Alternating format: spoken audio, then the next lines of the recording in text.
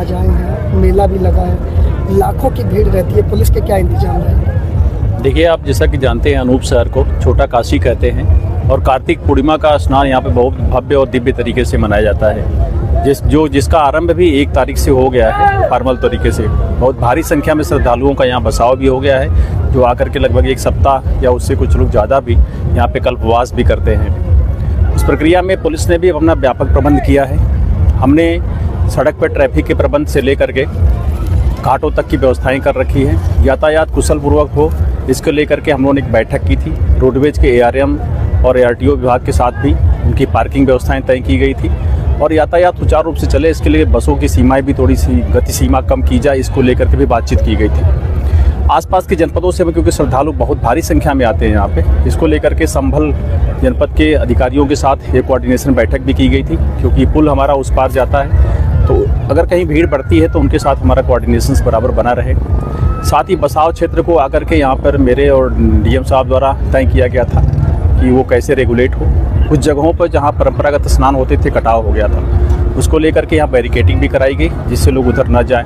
जो नहाने के लिए सुगम एरिया थी, उसको लेके हमने जगह जगह साइनेज भी लगाया है कि ये नहाने का स्थान है और जहाँ गहरा पानी है उसको गहरा पानी है, इस तरह की इंगित करते हुए बैरिकेडिंग कर दी गई है। और कहीं भी जो नहाने के एरिया है उसको चिन्हित करते हुए बताया गया कि 4 फीट से ज़्यादा गहरे पानी पे नहीं रखा गया है उसको। लगातार हमारे PA सिस्टम से ये बात अनाउंस करने की भी व्यवस्था बना ली गई है कि लोगों को हम रेगुलेट करते रहेंगे प्रॉपरली। इसको लेकर के स्वतंत्रता के ध्यान से मैं यहाँ पे एक बड़ा डिप्लॉयमेंट भी किया गया है, जिसमें PAC कंपोनेंट भी है, हमारी फ्लड की PAC भी आ गई है।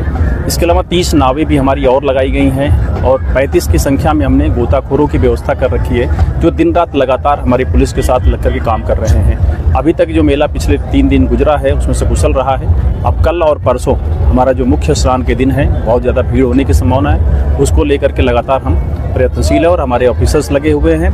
पूरे एरिया को 5 जोन में डिवाइड किया गया है, जिसमें सभी के जोन के प्रभारी के इंस्पेक्टर रैंक के अधिकारी हुए हैं। यहाँ पे हमारे 2 क्षेत्राधिकारी लगे हुए हैं। जो पीक डेज है उसके लिए हम अतिरिक्त थाना प्रभारी भी यहाँ डिप्लॉय कर रहे हैं। लेकिन अगर हम पूरे जनपद को देखें तो हमारे 6 थानों में यह स्नान होगा।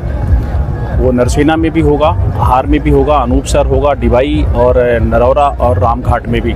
इस तरह अगर पूरे घाटों को देखें तो 20 घाट होते हैं जिसपे कमोबेश स्नान होता है। अनूपसर के अलावा जो दूसरा सबसे बड़ा स्नान होता है वो राजघाट में होता है। वहाँ के लिए भी अलग से व्यवस्थाएं बहुत अच्छी तरीके से की गई हैं।